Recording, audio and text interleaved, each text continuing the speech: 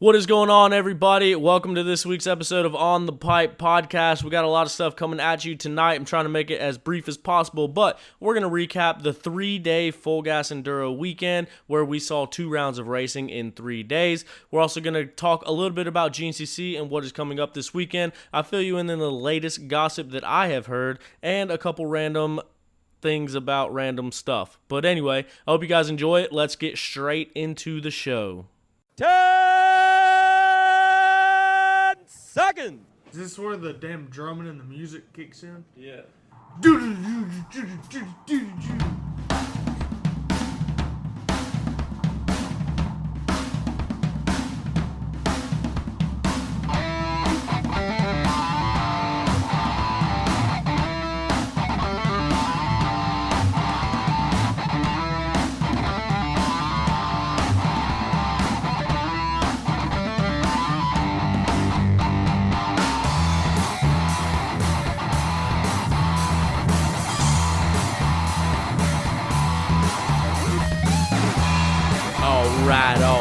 All right.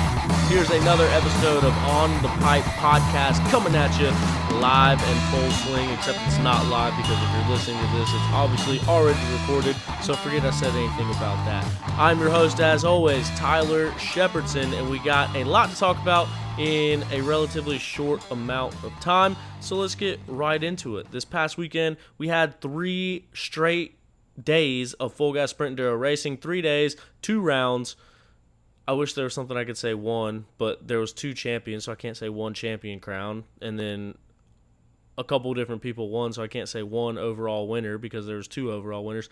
Anyway, you get the point. It was a lot of racing going on. It was a lot of stuff going on throughout the weekend, and it was a lot of talking for me. So sorry this episode is coming to you a little bit late. My voice is still... You wouldn't think that talking for 3 days is that hard until you go try to talk for 3 days. Not only that, but trying to enunciate everything and say it with your chest, it takes a toll on the old voice box over the weekend. See right there, my voice is still cracking, and it's several days after those 3 days of announcing. But I did have an awesome time. A lot of cool stuff going on over the weekend. Supposed to be a lot of cool stuff this weekend, but I got honey-dicked by the GNCCs. They called me and said, hey, we want you to come announce. And I said, hey, I'm in a meeting. Let me call you back in just a minute. And then they texted me and said, hey, never mind. We got somebody else. So it was going to be another weekend of announcing. This weekend I might still head down to the GNCC because obviously there's been a break, and it's not that far from me. And I might even break out to KDX and race. But nonetheless, this past weekend's Full Gas Sprint Enduro, it was a really good time. It was a lot of racing. It was a lot of stuff going on. So Saturday and Sunday was round number 4, and then since original round number 4 was canceled last weekend because of the hurricane that was coming through, it got pushed a weekend, and they did the remix. They called it Harleywood Remix on Mondays when we did round number 5. So round number 4 was on the weekend. Round number 5 was on Monday. So it was 3 days of racing. Saturday and Sunday counted as 1 round, and we handed out awards for 1 overall. And then Monday was its own round. So after Saturday and Sunday, everyone started back at 0. Time started fresh. Round started fresh, and we went racing. Now, the one takeaway from the weekend is that Caleb Russell is a human. Caleb Russell, the defending series champion, running the number 1 plate. He is the first person in history to ever win the Full Gas Sprint Enduro Championship more than 1 time. He's won it twice, and we thought that he had a chance to wrap it up over the weekend, but then Lane Michael comes out guns blazing, wins day number 1, and actually wins the overall for the weekend. And that means Caleb is going to have to wait till the next round to get crowned unless something absolutely insane happens between now and then. But while he was racing, we did see that he was human. He took 1, 2, 3 of the wins, of the test wins on Saturday. On Sunday, he took 2 of the test wins. And then on Monday, I'm looking at the wrong thing. Hold on.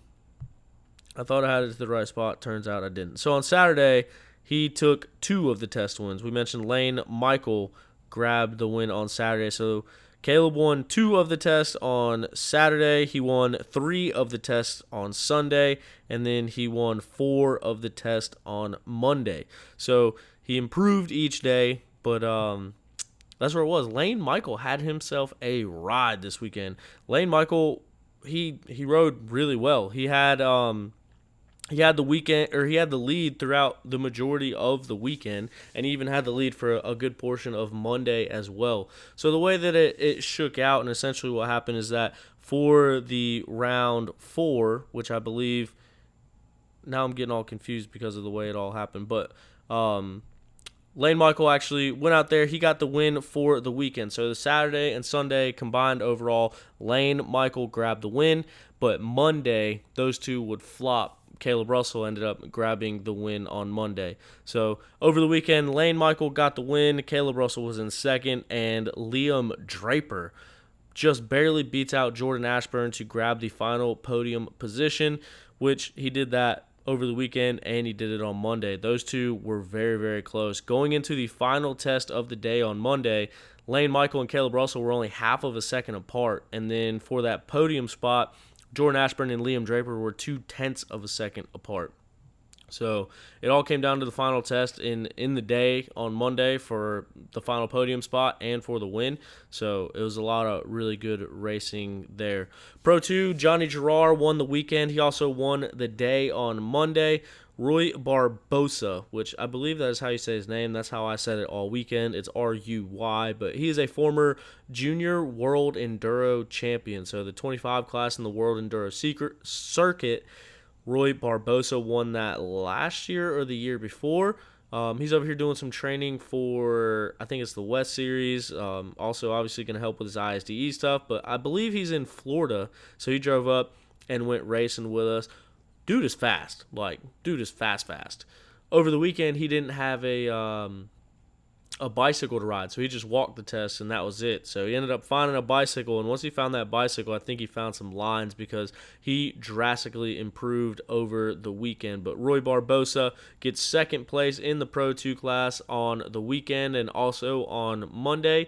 He also had 2 overall test wins on Monday, so the cross test was actually dominated by Pro 2 on Monday. The Pro 2 riders won every single cross test on Monday. Roy Barbosa won 2 of them, and Johnny Gerard won another one. So both on 250Fs and grabbing the overall in the cross test, which is the faster test. So that was pretty cool. But yeah, Johnny Gerard, Roy Barbosa, and then Jesse Ansley beats out RJ Cook and grabs the third and final podium spot in that Pro 2 class. Our women's pro class, I think I talked about it before, but Taylor Jones broke her hand at the last round, ended up getting a plate in it, and had surgery 3 weeks ago. She showed me an x-ray of her hand. That thing has not started growing back at all. The bone's still completely apart, hadn't even thought about growing back. She still raced this weekend. She gets third place. Rachel Archer gets second, and Mackenzie Tricker gets first. Now, Taylor was in the mix for the lead several times. She was first to the test a few times. She got some test wins over the weekend. Rachel Archer ended up getting a test win over the weekend. But it was Mackenzie Tricker that's going to take the weekend overall, and then she also goes back-to-back and takes the Monday overall as well. So technically that is 3 straight round victories for Mackenzie Tricker. As we mentioned, Rachel Archer joined us out here for Sprint Enduro Racing. She finishes second, and Taylor Jones, your third place women's pro rider finisher. And then we move down to our Pro-Am class where Zach Nash won the weekend, and he won the Monday as well. Dalton Seals grabs second on Monday. Billy Schlag grabs third on Monday. Over the weekend, it was Billy Schlag in second and Henry Szymanski was in third. And I could be completely wrong about that, but I don't have it pulled up. Over the weekend, Henry Szymanski and Billy Schlag were both on that Pro-Am podium. I just don't remember who got second and who got third. But I'm pretty sure that Billy Schlag got second and Henry Szymanski got third. And then on Monday, Dalton Seals got second and Billy Schlag definitely did get third on Monday. So Billy Schlag, our former, or not former, oh, I guess it is former, but our current reigning Pro-Am champion, Billy Schlag, he gets back up on the podium. He's been dealing with some issues throughout the year.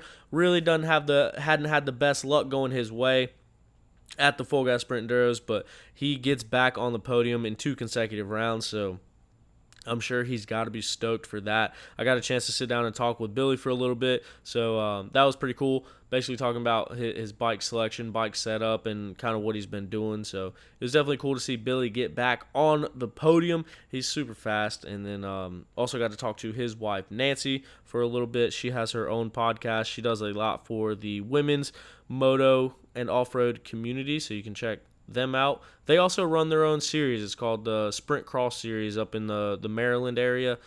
You can check those out if you were ever up in that area. I believe it's called Sprint Cross Country Series. I think it's SXCS. I'm going to go with that. But if you look up Billy Schlag or Nancy Schlag, you can find some information on them. But that is your weekend results from the weekend as well as Monday. A couple of the big stories to hit on. Obviously, Johnny Gerard. This is his first year racing Pro 2. Johnny is a multi-time J-Day champion, so he comes down. This is his first year racing the Kendo Full Gas Sprint Enduros. He wraps up his Pro 2 championship a complete round early, so Johnny has been on a tear. We mentioned he won Pro 2 on the weekend and Monday. He also got third place overall on both of those days as well. And if I'm not mistaken, every single round that he has won this year, he has been third place overall in that Pro 2 class on a 250F. So Johnny G is a mad dog. He's a ripper. There's no way that you can care about your safety and well-being going as fast and hanging it out there as wide open as Johnny G does. So Johnny's been on a roll. He was able to go out there and wrap up his championship, and also Taylor Jones wrapped up her championship as well. That makes it 4 in a row for those keeping track at home. 4 straight Sprint Enduro championships for Taylor Jones, which is absolutely insane. 4 straight. So she came over here to America to race full-time 4 years ago. The first year she was here, she won the GNCC Championship, the National Enduro Championship, and the Full Gas Championship. She did the same thing and went back-to-back the next year and won all 3 of them again. And then last year, she won the GNCC title and the Full Gas title. Mackenzie Tricker ended up taking the National Enduro title after Taylor Jones got hurt and smashed her fingers up. And now this year she comes back and wins the Full Gas title. And for the first year since Taylor has been here, there's going to be a different winner across all 3 series. And the reason I can so boldly say that is because, well, Mackenzie has the opportunity to wrap up her National Enduro title, which she should be able to do. And she will go back-to-back and grab those National Enduro championships. Hopefully, like I said, that one has not been wrapped up by Mackenzie yet. And then Taylor Jones wraps up Sprint Enduro like we just mentioned, but then over at the GNCCs, we've seen Becca Sheets kind of dominate this year, and she is your current points leader. She's also a former GNCC champion. She's the last person to win the championship before Taylor came over, but the reason I'm kind of throwing it out there and saying that we're going to see all these different champions is because I'm pretty sure this is common news. No one told me to not say it, so Mackenzie Tricker and Taylor Jones both have knee surgeries lined up. I think Taylor's is actually this week. Next week rather. I think it might be next Wednesday. And then a week or 2 after that, Mackenzie's going to go in and get her knee repaired as well. So I know personally both of those girls have been riding with blown out ACLs and blown out knee for quite some time now, and I guess it's just got to the point where it is bothering them too much. So they're both going to undergo knee surgery, which is going to put them out of the GNCCs for the rest of the year. I know neither one of them are racing the GNCC this weekend. So I would have to double check the points. I know Becca Sheets has a hefty lead at the GNCC series. Rachel Archer is probably in the mix. She's got to be in the mix. She's been up on the podium at almost all of the rounds this year. And then you also got girls like Corey Steed and Rachel Goodish that are also battling for those podiums. Brooke Cosner, I don't think we've seen her back on the podium since she's been racing again this year. I could be wrong about that too, but she's no doubt in the mix after coming back from an injury of her own. So for the first time in the past 4 years, the 3 major women's championships are going to be split up amongst 3 different ladies, most likely, the way that it's looking. But, yeah, it's going to be interesting to see how all of that pans out. Anyway, going back to the weekend of racing, it was pretty crazy. So Stu Baylor is a former Sprint Enduro champion. He won the championship not last year, not the year before, but the year before that. So I guess that makes it 2 years ago. Stu was your champion. He had the opportunity. It came down to the last round 2 years ago with him and Strang ended up edging him out to go ahead and grab that championship in 2018. But in 2017, Stu Baylor won the Full Gas Championship. Stu has also been on, I want to say, 3 ISDE gold medal world championship teams. He came back out and went racing with us this weekend. I got the chance to talk with him and his wife Jade just a little bit. As you guys see from social media, Stu has a different flavor bike each week. Obviously, we know everything that happened with Sherco, and by that I mean we know absolutely nothing that happened with Sherco. We just know that they split ways. Since then, Stu has raced a Husky. We've seen him ride a Yamaha. I think we saw, was there a video of him on a Honda? I know there's definitely a video of him revving the ever-living crap out of a Yamaha at a practice track. But the last couple races, he's been on a Kawasaki. So he's actually put a Kawasaki on the last 2 National Enduro podiums. He showed up to the Sprint Enduro this weekend on a Kawasaki again. Started talking to him a little bit, and he said that basically the reason why he's on a Kawasaki is when you go through all the different OEMs contingencies, Kawasaki pays the most money. So right now, not being on a team, this is his full-time job. He is a racer. That is what supports his family. That is what pays his bills, is racing. So it was literally as simple as that. When it came down to the choice of what bike to ride, it was look at the money and see who pays the most money and see where we can make the most money throughout the rest of the year. That being said, that led him to Kawasaki.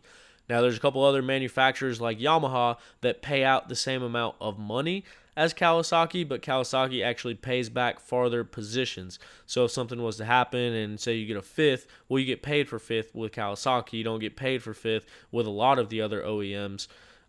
So that is one benefit of the Kawasaki's there. But Stu is still in contention for the National Enduro title. So it's cool that he was able to get back to racing and get back to his winning ways, grabbing test wins and everything in National Enduro, and he even grabbed a test win this weekend at the Sprint Enduro, the final woods test of the day on Saturday. Stu put down a heater and won that test. He's won some tests and led some days and came down to the wire for a National Enduro win on a bike that he's barely even been riding. Now, coming off the track, I will say Stu's bike was overheating.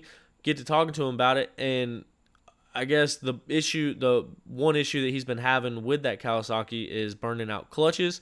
Now, there's other Kawasaki riders that don't burn out clutches, and we know that Stu is hard on equipment. He rides hard, and he'll be the first to say that. I mean, we saw that with the Sherco stuff, and we've just seen that in the past and throughout his career that he rides hard, and he's not afraid to use that clutch. He's not afraid to ride them bikes wide open. So he's been having a hard time keeping the clutch together.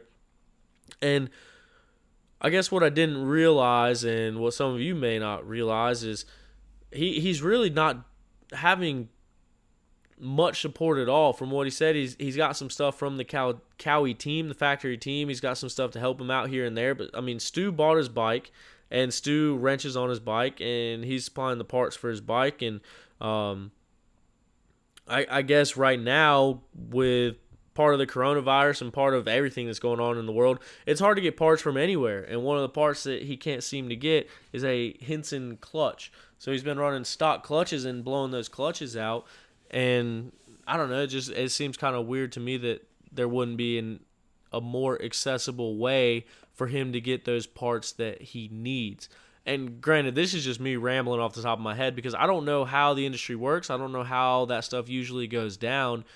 All I know is just as a fan, to see Stu Baylor's back out on the track. I mean, he's got one of the largest followings in the sport, and now he's back out there racing. He's a 4-time National Enduro champion, and he still has a shot to make it 3 National Enduro championships in a row, and he's doing it on a Kawasaki.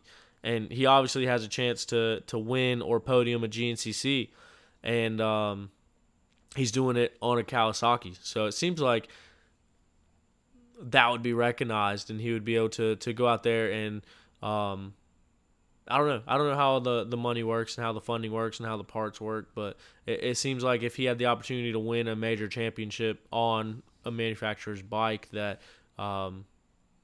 they would be all there and all in and on helping out. But at the same time, they very well could be. I mean, they could be doing a lot more stuff behind the scenes than any of us realize, and I don't know that. And yeah, I don't know. Just my random thought for the day. Also, I don't know, like fill-in rides. I don't know how stuff like that typically works, but this weekend, Josh Strang is not going to be racing at the GNCC, which means Cowie's going to have an extra bike, which means I wonder how a fill-in ride happens. Like if he was able to show up and just ride that bike, so that way Babbitt's still Monster Energy and Babbitt still have their bike out on the track, and Stu gets factory support and gets to run out of the factory rig. I never once even thought about that until right now during me talking, or else I would have asked Stu about that this weekend. But Strang is out. He broke his scapula, and he has not healed from that. I believe he is going to the doctor today, if I'm not mistaken. I think that's what he said, is that he's going to the doctor today.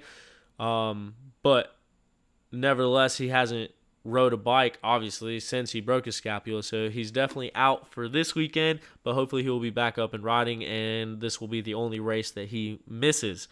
He also missed the Sprint Enduro this past weekend with the same injury, so I don't know, the door is wide open right there for Stu to grab a podium this weekend. Jordan Ashburn, I got a chance to speak with him a little bit over the weekend. He's at a spot where he's trying to line something up for next year. According to him, his future isn't very certain. So this weekend is a hell of an opportunity for guys like Jordan, like Stu Baylor, like Lane Michael, like, everyone really. Everyone's at a position where we're getting towards the end of the year and results matter. And so this weekend we got Strang out, as we just mentioned. So Strang has been on the podium every single round this year. So there's a podium spot that opens up, and I think it's going to make these guys push even that much harder, knowing that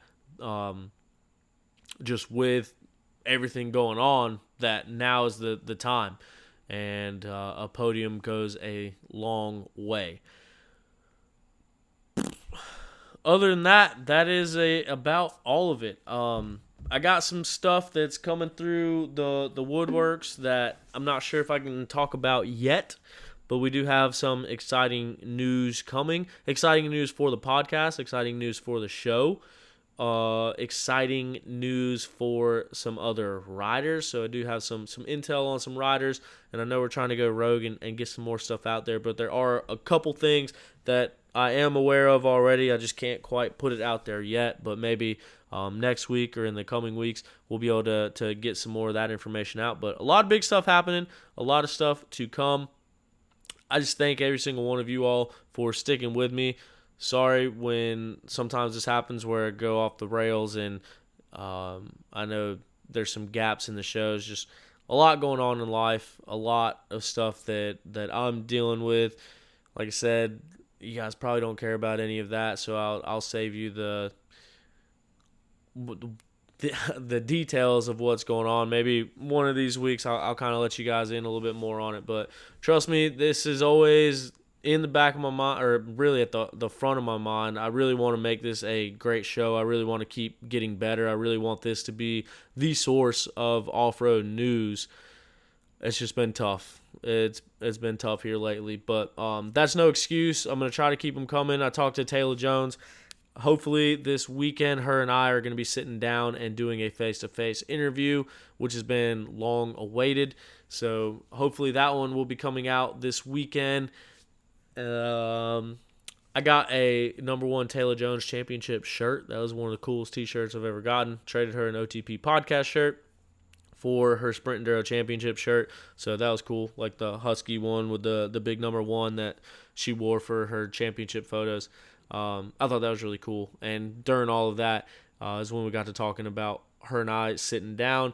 She's been one of those ones where I've been talking about doing an interview ever since I started this podcast over 3 years ago, just because of all of her accomplishments and what all she's done. So hopefully that will be coming out this weekend. We got some other stuff lined up. We got a big name guest that's going to be coming on sometime before October that we kind of alluded to in the last show. But thank you guys so much for bearing with me. Thank you guys so much for sticking through this with me and sticking around and listening to OTP and supporting OTP. It means the world to me. I just got a new batch of On the Pipe shirts, so if you didn't get a shirt with the last batch, we got them now. I had several of them that were ordered through the website that have kind of been stringing along, so sorry about that. It's been hard getting the shirts made, but I finally did get them made. I'll get those out in the mail, so everyone will have those. So thank you once again for everyone's support. If you want an OTP shirt, let me know.